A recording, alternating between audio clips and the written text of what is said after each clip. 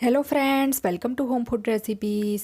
આજે આપણે બનાવીશું એકદમ નવી રીતે ફક્ત 10 જ મિનિટમાં ઇન્સ્ટન્ટ લસણની ચટણી. આ લસણની ચટણીને એકવાર બનાવીને તમે ફ્રીજમાં 1 મહિના સુધી રાખીને ખાઈ શકો છો.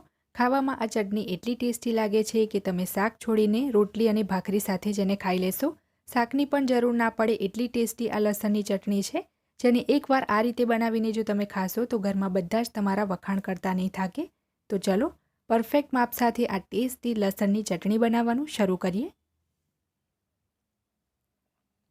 સૌથી પહેલાં એક ખાંડીમાં આપણે 1 ટેબલસ્પૂન એટલે કે 1 મોટી ચમચી જેટલા સફેદ તલ ઉમેરી દઈશું.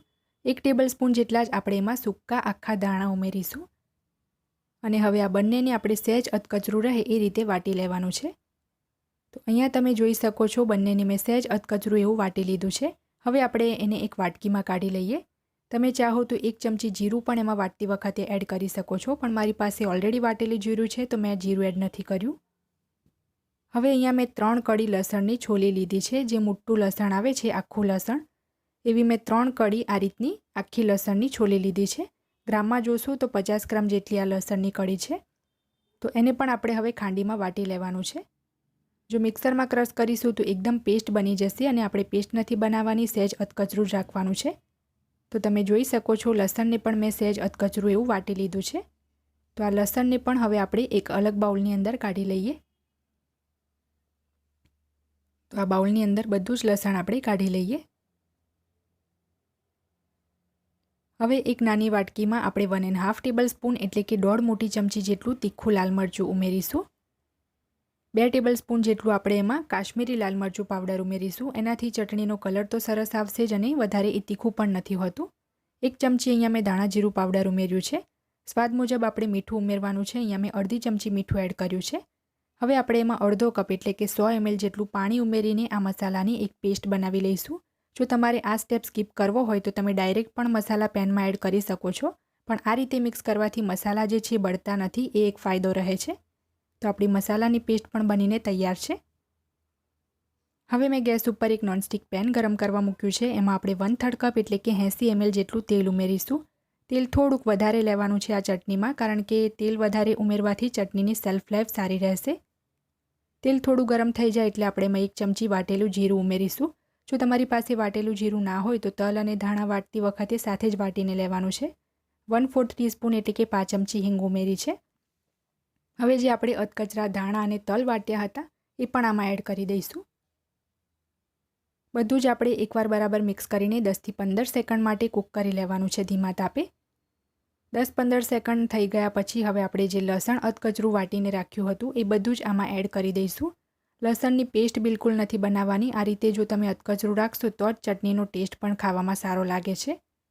સરસ મિક્સ કરીને ધીમા તાપે આપણે 1 થી 1.5 મિનિટ માટે એને કૂક કરવાનું છે, જેથી લસણની કચાશ બધી નીકળી જાય. 1 થી 1.5 મિનિટ પછી એમાંથી બધું જ તેલ અલગ થઈ ગયું છે. તો જે આપણે મસાલાની પેસ્ટ બનાવીને રાખી હતી એ બધી જ આમાં એડ કરી દઈશું. લસણમાં પણ તીખાશ હોય છે, તો તીખું લાલ મરચું તમારે તમારા સ્વાદના હિસાબથી વધારે ઓછું જેટલું ગમતું હોય એ રીતે લેવાનું છે. સરસ મિક્સ કરીને હવે આપણે 2 મિનિટ એને કૂક કરવાનું છે, જેથી મસાલામાંથી પણ કચાશ નીકળી જાય. તરત જ એમાં આપણે પાણી નહીં ઉમેરીએ, પહેલાં 2 મિનિટ કૂક કરીશું પછી પાણી ઉમેરશું. 2 મિનિટ કૂક કર્યા પછી તમે જોઈ શકો છો ચટણીની ઉપરથી બધું જ તેલ અલગ થઈ ગયું છે. ચટણી મેં ચાખી છે તો મીઠું પણ મને થોડું ઓછું લાગ્યું છે, તો સ્વાદ મુજબ આમાં મેં થોડું મીઠું પણ એડ કર્યું છે. પહેલાં પણ આપણે અડધી ચમચી મીઠું એડ કર્યું હતું. 1 ચમચી જેટલી આપણે એમાં ખાંડ ઉમેરીશું, જે ટોટલી ઓપ્શનલ છે. 1 ટેબલસ્પૂન જેટલું આપણે એમાં વ્હાઇટ વિનેગર એટલે કે સરકો ઉમેરીશું. વિનેગર ઉમેરવાથી ચટણીનો સ્વાદ તો સારો આવશે જ અને એની સેલ્ફ લાઈફ પણ વધશે. તો વિનેગર બિલકુલ પણ સ્કીપ ના કરવું. તમે ચાહો તો એની જગ્યાએ 1 ટેબલસ્પૂન લીંબુનો રસ ઉમેરી શકો છો. હવે આપણે એમાં પાણી ઉમેરીશું. તો અહીંયા મેં 3/4 કપ એટલે કે પોણા કપ જેટલું પાણી લીધું છે. એ થોડું મેં મસાલાવાળા બાઉલમાં એડ કરીને અંદર એડ કર્યું છે. 100 ml એટલે કે અડધો કપ જ મેં પાણી એડ કર્યું છે. 1/4 કપ પાણી આપણું બચી ગયું છે. સરસ મિક્સ કરીને ફરીથી આપણે ચટણીને 2 થી 3 મિનિટ મીડિયમ ફ્લેમ ઉપર તેલ છૂટે નહીં ત્યાં સુધી કૂક કરવાની છે. તો જ્યારે ચટણીમાં આ રીતે ઉભરો આવતો હોય ત્યારે પણ વચ્ચે વચ્ચે ચમચાથી હલાવતા રહેવાનું છે, જેથી ચટણી નીચેથી બળી ના જાય. 2 થી 3 મિનિટ પછી ચટણીમાંથી બધું જ તેલ ઉપર આવી ગયું છે. આપણી ઇન્સ્ટન્ટ લસણની ચટણી બનીને તૈયાર છે. તો હવે આપણે ગેસ બંધ કરીને એને સર્વ કરી લઈએ. તમે જોઈ જ શકો છો ચટણી આપણી કેટલી સરસ દેખાય છે અને ખાવામાં પણ એકદમ ટેસ્ટી છે. આ લસણની ચટણીને તમે લંચ કે ડિનરમાં રોજ બનાવીને ખાવાનું પસંદ કરશો. આ એટલી ટેસ્ટી છે. તમે આને બાજરી કે જુવારના રોટલા સાથે તો ખાઈ જ શકો છો. સાથે જ તમે આને કોઈ કાઠિયાવાડી રેસીપી બનાવવામાં પણ યુઝ કરી શકો છો. તો એકવાર આ રેસીપીને તમે ચોક્કસથી ટ્રાય કરજો.